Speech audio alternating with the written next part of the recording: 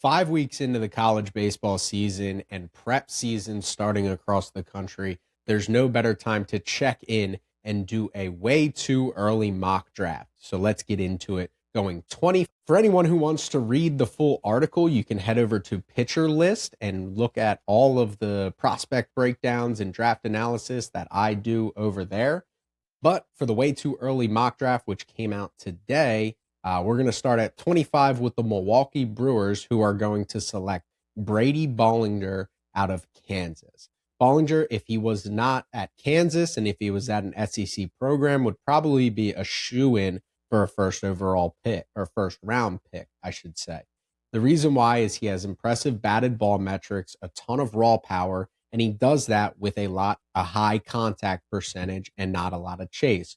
When we look at the corner infield types that have a lot of success, the Nick Kurtz of the world, the Andrew Fishers of the world, the prospects in recent year that MLB orgs have fallen in love with, Bollinger fits all of those categories that they look for in terms of a higher contact guy with a lot of raw power and power in-game power potential, as well as a very good mature approach, not expanding the strike zone.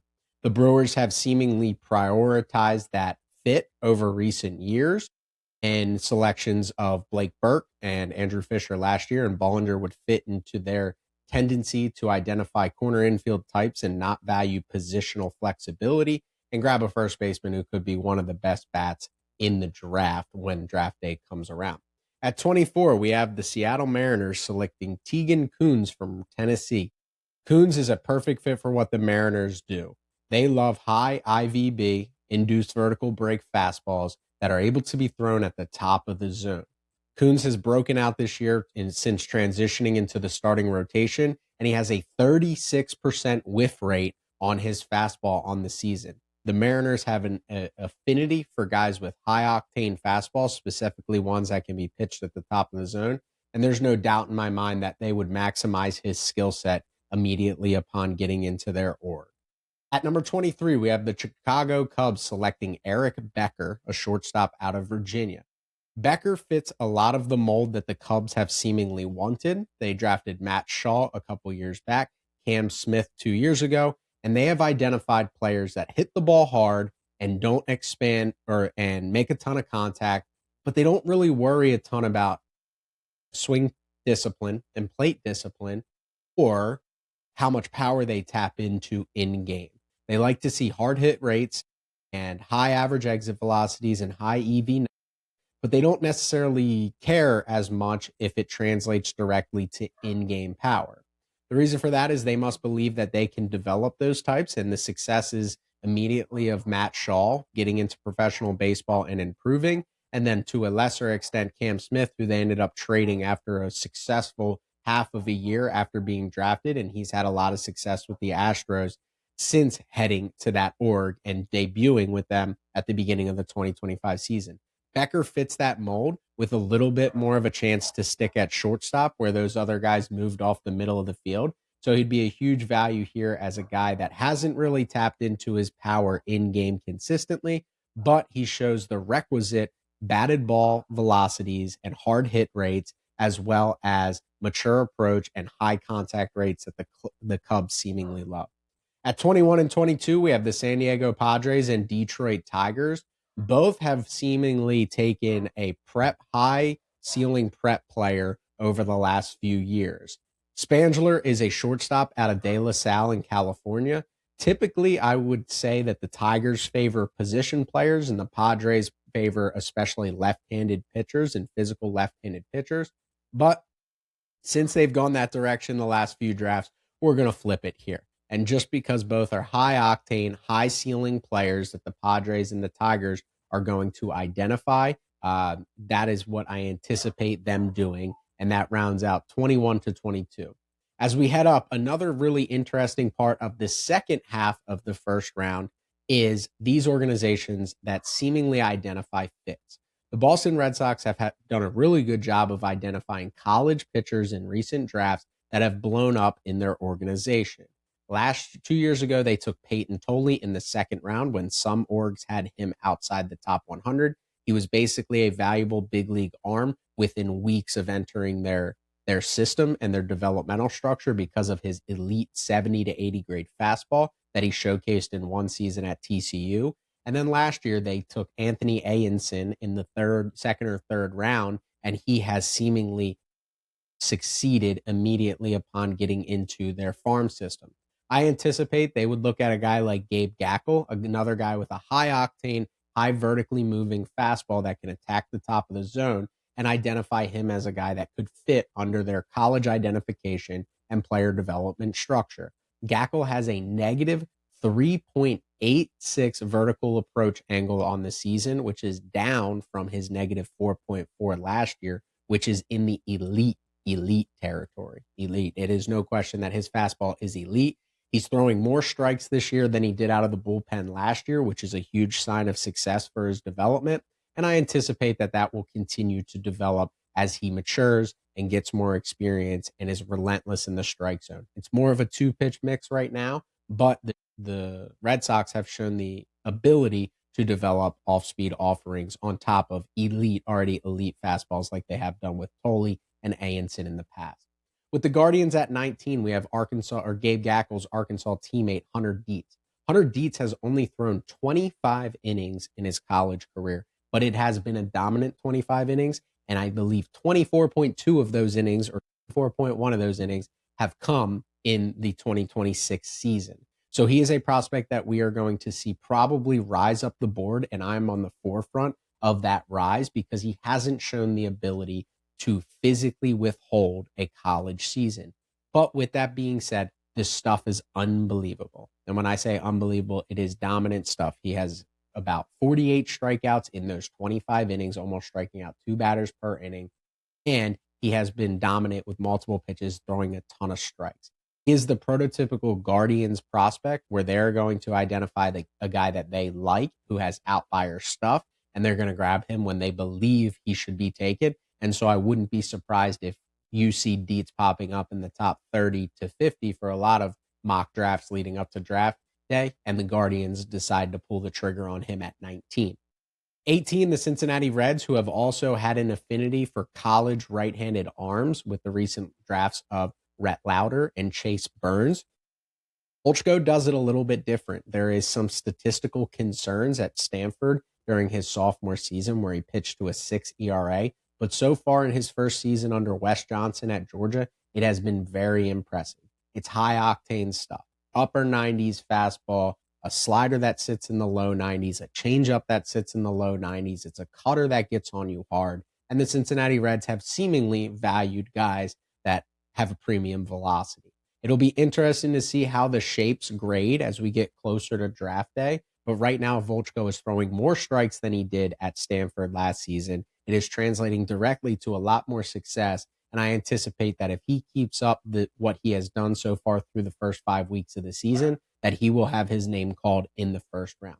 At 17 and 16, we have two Texas kids going to two Texas programs, in Caden Sorrell, an outfielder out of Texas A&M, and Sora Strohsnyder, an outfielder out of TCU. Both are very similar in terms of they are high ceiling players. The Astros specifically have seemingly loved, and I mean loved, high ceiling prospects over their current regime's history, and Sorrell is no different. It is 95 mile per hour exit velocity with legit power numbers, a legit barrel percentage above average in every power metric you can imagine, but there's a lot of swing and miss concern. Non-conference play, so he hasn't even started SEC play. Caden Sorrell is sitting currently around 65% contact rate. So if that continues a trend through SEC play and gets worse, I don't know if he's going to end up having his name selected in the first round. Now, you do have the benefit that he will play center field at the next level, and he is a good defender, but I don't know if the swing and miss concerns will be enough to push off even an org that wants high ceiling prospects and has struggled in the first round specifically because they haven't been able to identify the right high ceiling prospects. So Caden Sorrell would be a fit in terms of what the Astros want, but that contact rate and that swing and miss concern in his game is a little concerning, even though the numbers are great and he's been dominant in his time. Strohsnyder is more the same. You'll see there on the screen, averaging 94.7 mile per hour exit velocity with a 1.4 hard hit percentage. He's a draft eligible sophomore, which is basically the only reason he's ahead of Caden Sorrell. And that gives him more time to develop in professional baseball. But the contact and chase concerns are still there. And at the next level, when you talk about guys that succeed as power hitters in professional baseball, chase percentage is the most important thing because professional pitchers will expose those flaws. And if Stroh doesn't start to swing at more strikes, we can deal with some swing and miss concerns in professional baseball if you're swinging at the right pitches. But if you're chasing and you're not making a ton of contact, it doesn't matter how loud your contact is when you do make contact with the baseball, it's not going to get you very far. And you're probably, honestly, not even going to make it out of A ball. So Stroh-Snyder's got to hone in that approach, make better swing decisions. And similar to Sorrell, we got to at least see some form of improvement with the small sample size that we have so far through the season, because those guys are both high ceiling prospects that the Rangers and Astros have shown an affinity and a success developing. As we get into the top 15 here, we have another fit that just makes too much sense. Lucas Moore, you'll see anywhere range from top 20 to top 80. And the reason why is because he is a bat to ball first, high average, high steal, good defender player. The reason why that makes so much sense to the Diamondbacks, whether it's at 15, 35, 55, or 65, is because they have shown an affinity for left-handed hitters that make a ton of contact and run very fast and play elite defense. The Corbin Carrolls of the world go all the way back, and they basically have an annual tradition of drafting players that fit that mold. It has been more high school prospects in recent years with guys like Slater DeBrun, but Lucas Moore fits the mold of exactly what the Diamondbacks typically identify in the draft as valuable and guys that have succeeded in their player development structure. As we head to the Miami Marlins at 14, we have Gio Rojas, a left-handed pitcher locally to the Marlins from Stoneman Douglas in Florida. Fastball reaches 100, throws enough strikes, and it just feels like a Marlins prospect. The Marlins love high-octane pitchers with high ceilings and big-time stuff, and they believe that in their developmental structure that they can maximize those guys' abilities. Gio Rojas would be a great value add at 14. It'll be interesting to see how his value changes throughout the spring as guys rise up the board, and with the strength of this class being a lot of college position players and those being more valuable and reliable selections in the draft. My most controversial selection in the first round is Justin LeBron, who you'll see many have in the top 5. I have him at 13 to the St. Louis Cardinals. And the best way I would describe it is he's a schoolyard bully. What do I mean by a schoolyard bully? I mean, he beats up on non-conference competition. He beats up on the early part. He's a streaky hitter who, when he's hot, he's one of the best players in the country. And when he's cold, he's ice cold. You look at statistically his output over the first 2 years while he's played a ton of baseball games for the Crimson Tide in Tuscaloosa, Alabama. It hasn't been world beater statistics, and it shows the streakiness. It shows that he hasn't done it against high level competition. And we need to see that this year. The talent is evident. Every time he steps on a ball field, he's a supreme athlete. He has supreme power. He showcases enough bat to ball skills typically, and he's a really good baseball player. But we need to see him do it against Friday night starters in the SEC to believe that he's worth a top 5 selection, especially in a draft that is loaded at the top.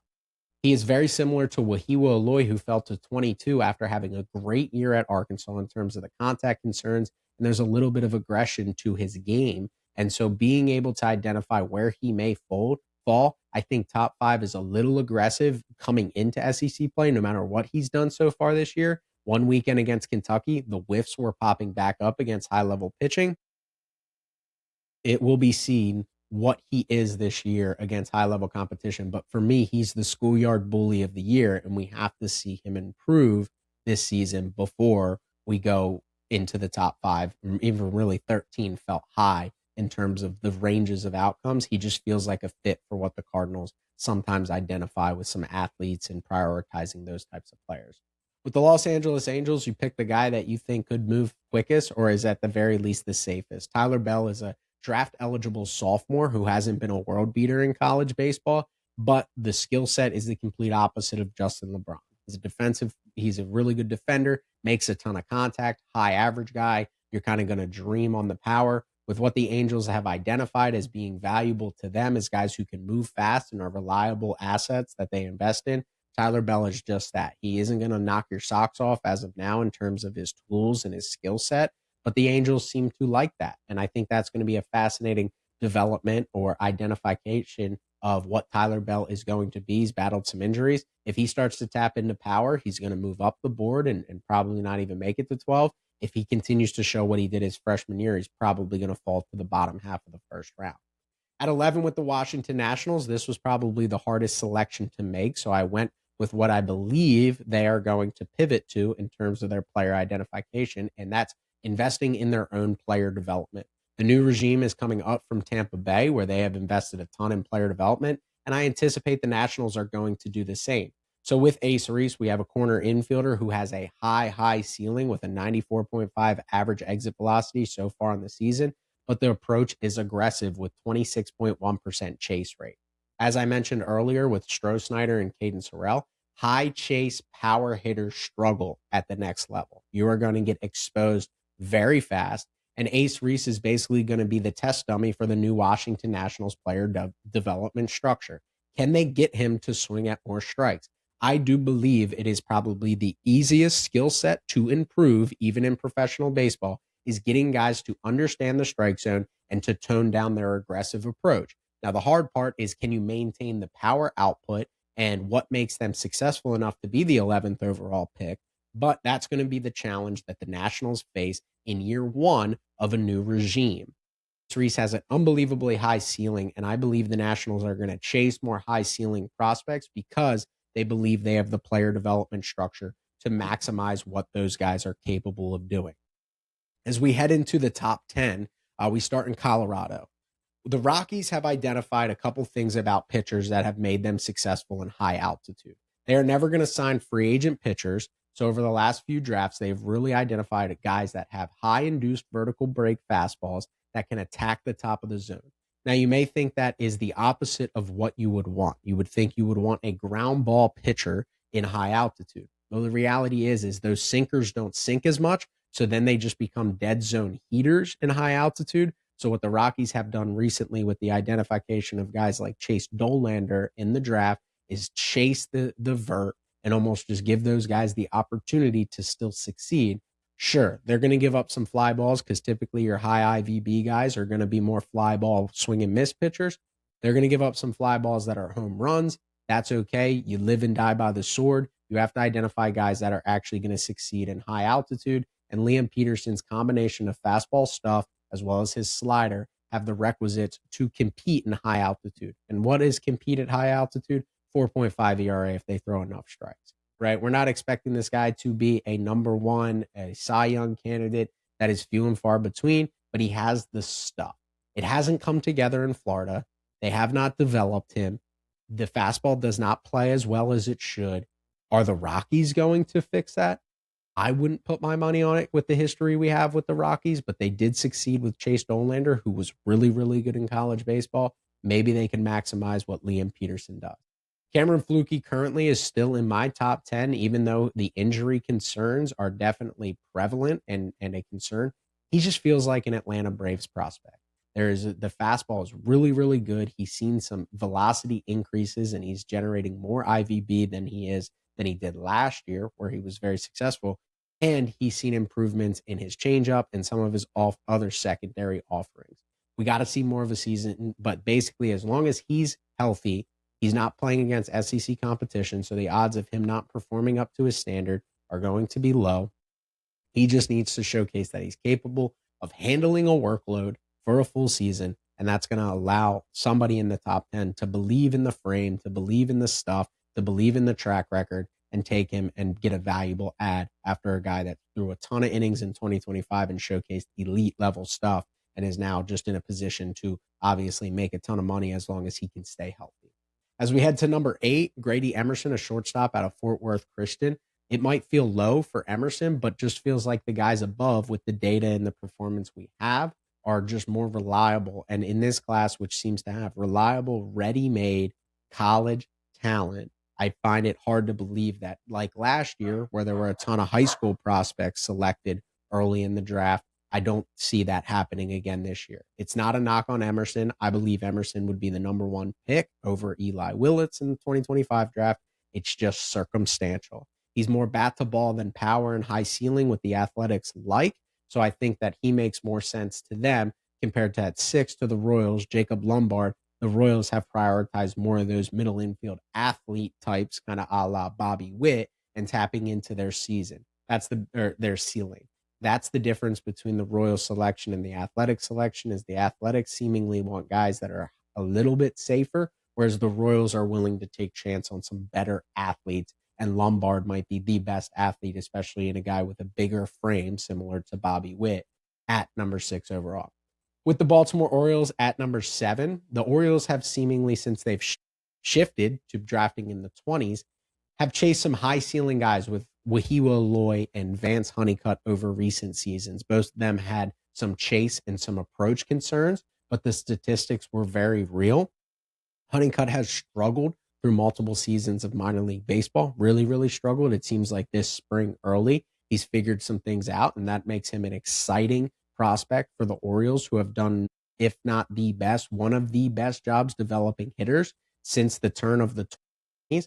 Drew Burress feels a little bit more like the safety net that they had fallen back on with guys like Gunnar Henderson, Jackson Holiday, Jordan Westberg, those profiles of guys that fit the bucket of, yes, they have power, but first and foremost, they have enough contact and they don't swing at pitches out of the strike zone. That is seemingly what the Orioles have prioritized in their draft history with the current regime. And I believe that Drew Burress fits a little bit of that safe mold. And I think that the Orioles are going to go more of the safe route after going high ceiling the last couple drafts than they are going to chase another Wahiwa Aloy or Honeycutt who might have some concerns. I'd be very surprised if they took a Justin LeBron or a Sawyer Stroh-Snyder at 7th overall with the names that will most likely be on the board. As we head into the top 5, we have Chris Hakopian, a third baseman as I have him. He's playing shortstop for Texas A&M currently. Just don't think he sticks at shortstop in professional ranks. With the Paul Skeens clock ticking, free agency clock ticking, he's still young, and guys like Jared Jones and Bubba Chandler making their big league debuts over recent years, I was surprised to see the Pittsburgh Pirates go Connor Griffin a couple years ago. Well, they absolutely nailed that, and he's going to be MLB ready, but I think that pushes them, because last year they took Seth Hernandez in the first round, who's going to need to marinate and take some time, even though they've done a great job with developing pitchers in recent years. They're going to need some MLB-ready bats here soon. Chris Hakopian has an argument to be the best bat in the country, and he's a combination of high power. He doesn't swing and miss a lot, and he doesn't swing at balls out of the strike zone. So far through this year, he's making an elite. I look at 80% as elite, 82.9% of contact rate. He's only chasing at 12.1, which is higher than what Nick Kurtz was his junior year at Wake Forest, which is a very impressive threshold. And he has a 96.7 mile per hour average exit velocity and a 62.5% hard hit rate. Now, he was hurt to start the year, and he's only played in a small sample size of games. But when you look at his 2025 data, it shows more of the same. A slightly lower 93.2 mile per hour exit velocity with a 56.8% hard hit rate, but he had an 84.5% contact rate and a 17.7% chase rate. He is probably going to be the most MLB ready bat still available at 5, assuming the direction goes in the way that I have it projected to do. But there's also the factor of he may go higher. It just depends on how someone values the positional versatility. If somebody thinks he can play shortstop at the next level, he probably doesn't even make it to fall with the current structure and current data that he's showing. But assuming most organizations think that he's a third baseman at the next level, I don't anticipate him getting drafted in the top 3 like the guys that are ahead of him. AJ Gracia is a very interesting case study because the statistics, while very good, were not up to the par of what many believed he was capable of being. The frame and the swing looked like it should have been a power first profile, but what he really showed was high batted ball rates in terms of contact rate and low chase rates, which made good swing decisions and a ton of contact. It just never translated directly into the power department. Well, so far through 5 weeks of the college baseball season, he already has 8 home runs with 19 walks and just 12 strikeouts. If that home runs total and that power output stays legit in his first year at Virginia, there's no reason he won't be selected in the top four. An 87.3% contact rate with power is absurd. That's next level stuff. And even if people believe that the power won't directly translate at the next level, you still have at least a floor to fall back on in terms of his contact skills.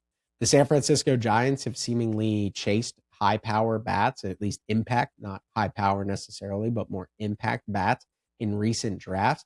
I think they're going to use their fourth overall selection to get a guy that they believe could be that high impact bat at the major league level. With McCovey's Cove and all of the factors of San Fran, it's not exactly a hitter's haven. If there's anything it's favorable for, it's lefties. So that's why I selected Gracia as a guy who can play center field as well over a Hakopian, because I think that the San Francisco Giants have preferred left-handed hitters in their history, and those guys typically succeed a little bit more there. As we head into the top three, we have our top pitcher taken off the board, and the Minnesota Twins are taking Jackson Flora, a right-handed pitcher from UCSB. University of California, Santa Barbara has had two pitchers, if this holds serve, taken in the top three in back-to-back years, and I actually believe Flora is significantly better than what Bremner was on draft day. It'll be interesting to see what Flora is this year because he is facing mid-major competition. You don't have the ability to see him facing first-round draft guys like the Hakopians and like the Gracias of the world each and every weekend. So the statistics are going to be dominant. So far this season, he has a 1.15 ERA with 39 strikeouts and only 8 walks in 31 innings pitched. So we're not going to be able to evaluate the stat line traditionally. But what's most impressive is the fastball's high octane. He stands up 6'6" with 7-foot extension. He's a big dude. It gets on hitters quick. So the fastball is going to play at the next level. But the big thing has been the addition of a changeup. The changeup so far through this year has a 52% whiff rate, and he just added it this offseason. That's an impressive thing because one of the main things that power right-handers struggle with in professional baseball is getting lefties out. You have a changeup now that generates a 52% whiff rate that is going to keep hitters off balance that he didn't even have last year. So he was already an exciting prospect coming into the year. The stuff, the slider, the curveball, all of those pitches all grayed out as plus with the fastball that is high octane. Now you throw in a 52% whiff rate changeup and you have a well-rounded starter who throws a ton of strikes. His two-pitch mix alone could make him a valuable MLB arm. But then you add in the slider, the curveball, and all the other stuff that he's able to do from a command standpoint, and you have the best pitcher in the draft. As we get to number 2 with the Tampa Bay Rays, we have Von Lackey, a catcher out of Georgia Tech, and I genuinely believe that Lackey has an opportunity to put Rock Chalowski for first overall. I love Rock. The ability to play shortstop at a premium rate is super impressive, but what Lackey does as a catcher is just as impressive. Coming into the year, Lackey was known as a batted ball merchant in terms of he made a ton of contact. He had good approach numbers, but it was a little aggressive and more of your bat to ball guy who's going to hit for a high average, but not slug. Well, so far, I don't know what happened this offseason, but Lackey tapped into the power output. He is showing impressive exit velocities at a 93.7 mile per hour exit velocity on the season with a 62.1% hard hit rate.